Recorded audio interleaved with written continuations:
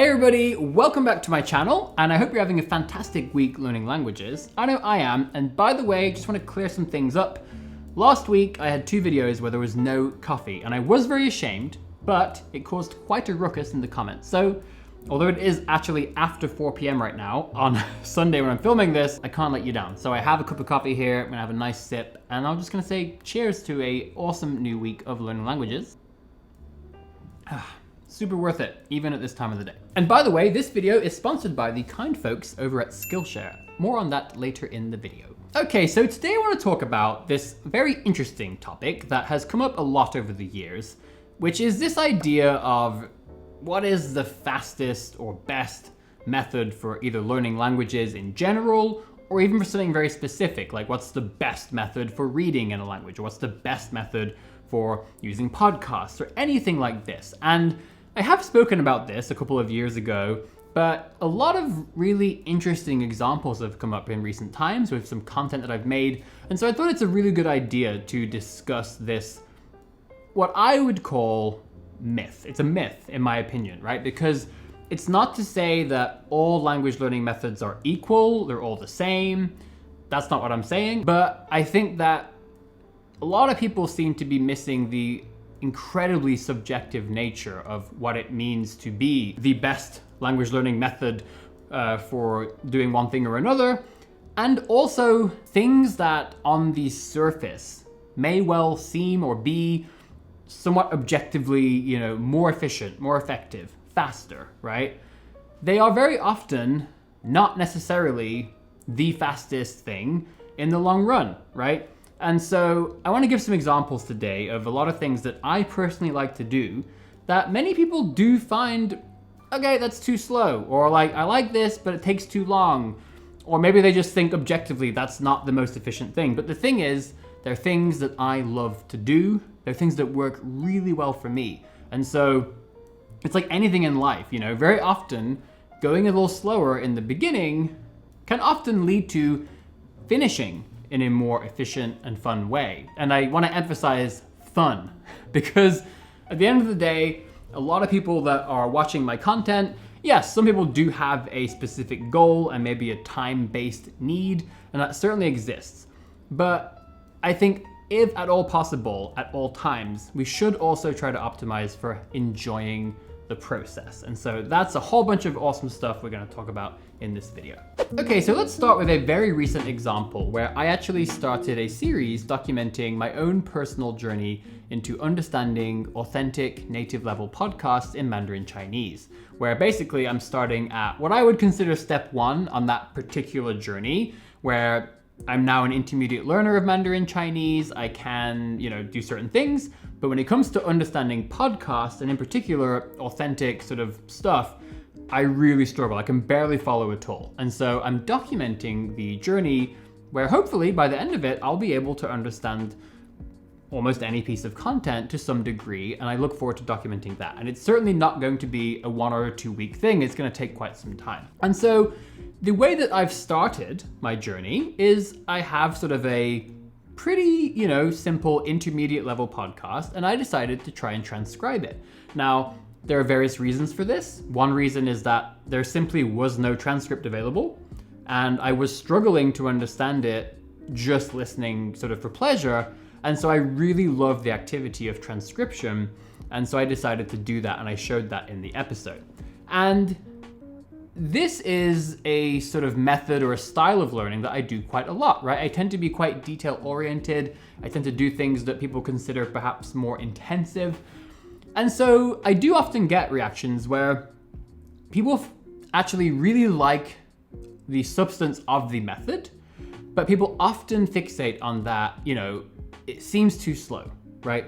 I like this thing, but it takes too much time. And the same thing goes for recently, I made a video about how to begin reading a novel, right? So I've just started the multilingual book club. We kicked that off last Friday. It's going so well. We have now almost 1,500 participants. It's insane. I can't believe there were 1,500 people around the world reading the same book in so many languages.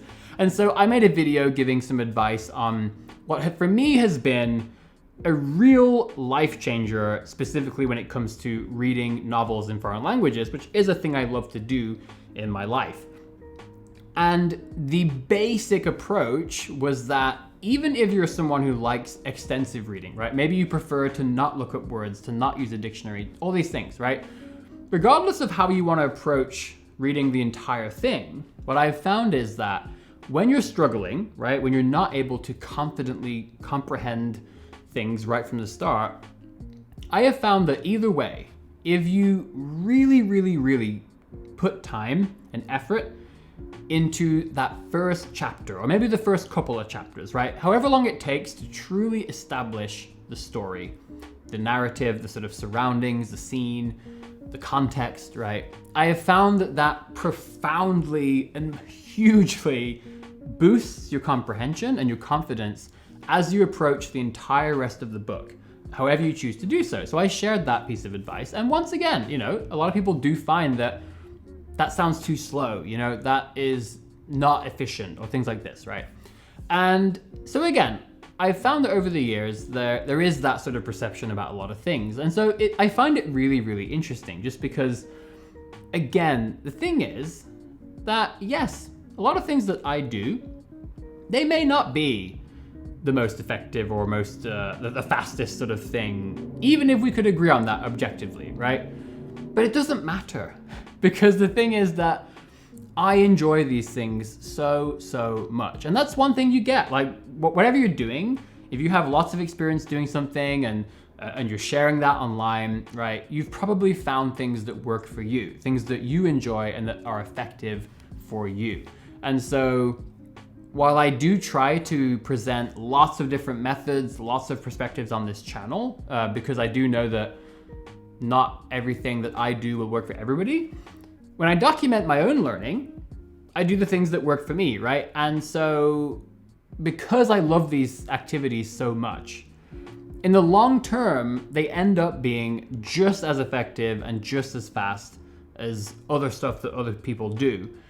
And it's that emphasis that I want to communicate today on it's so important that you do things that actually work for you, that resonate with your learning style, with your personality. And I always get a bit worried when I see a lot of people being very, very prescriptivist about like, this is what you should do. You should do this. This is not effective. That's too slow, right? And I'm seeing that quite a lot, and it's just a natural thing that happens. So that's my first message today, is I just really want to emphasize that, you know, we should always try to think critically, I think, whenever we watch people's advice. And I think also as content creators or just people who are tutoring, teaching, coaching, we should always be cognizant that it is important to consider the people that you're talking to and what works for them.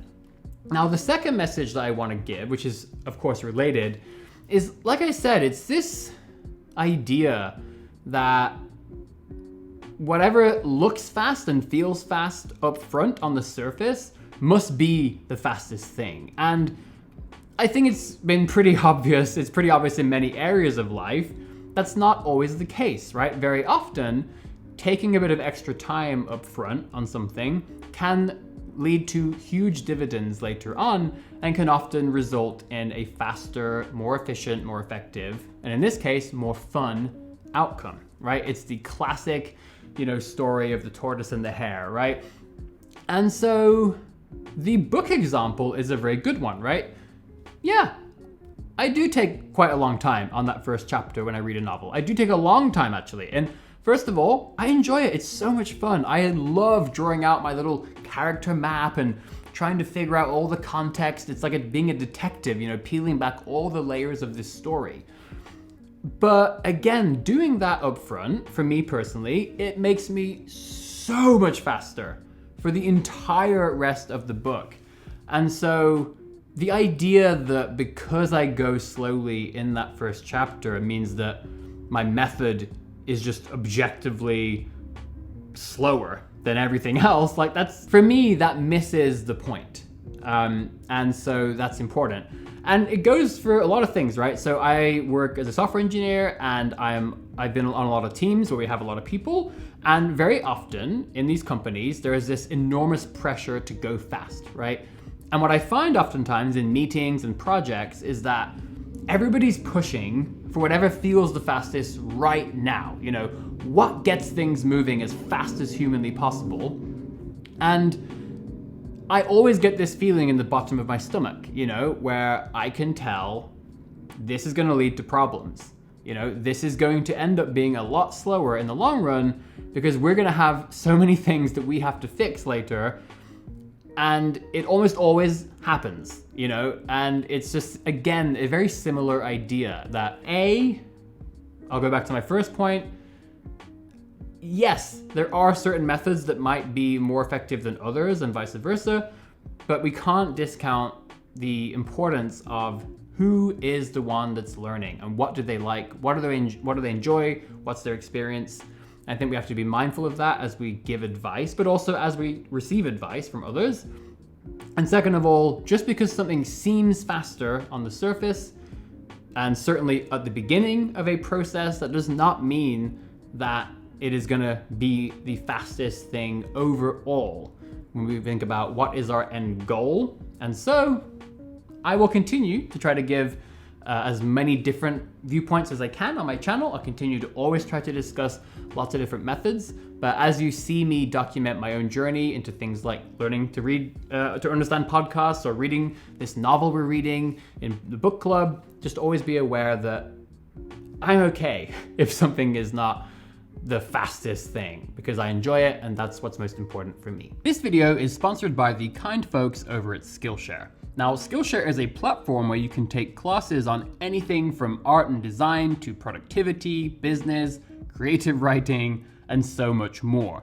Now, one of the reasons why I love having Skillshare as a sponsor is that the community and range of classes is just so vast. Now, I recently took an amazing class on Skillshare called Creative Identity: Finding Your Style. And the reason for this was that I've been getting very interested and inspired to make some YouTube content about how we can be very intentional and thoughtful about finding our own style as language learners. And one of the really nice takeaways for me from this course was just a discussion on neurodiversity and about how we're all so unique, and so it's worthwhile to find our own style and how we like to learn best. Skillshare enables you to really explore your creativity for less than $10 per month with an annual subscription, but they've also kindly offered a free trial of premium membership to the first 1,000 of my subscribers to click the link in the description. Thank you so much, Skillshare, for making this video possible. So with that, I will leave you. I'll do one more sip of coffee, and I'll see you back here for another video very soon.